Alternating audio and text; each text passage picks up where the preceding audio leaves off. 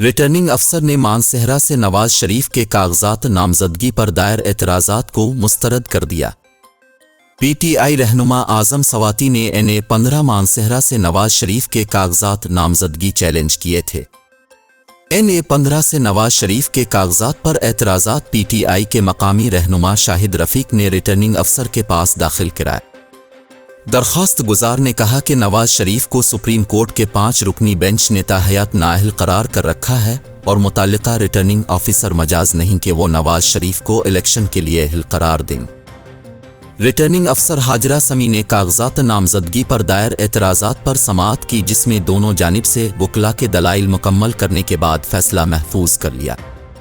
Returning अफसर ने कुछ देर बाद फैसला सुनाते हुए पीटीआई के एतराज़ात को मुस्तरद कर दिया और नवाज शरीफ के कागजात नामजदगी मंजूर कर ली।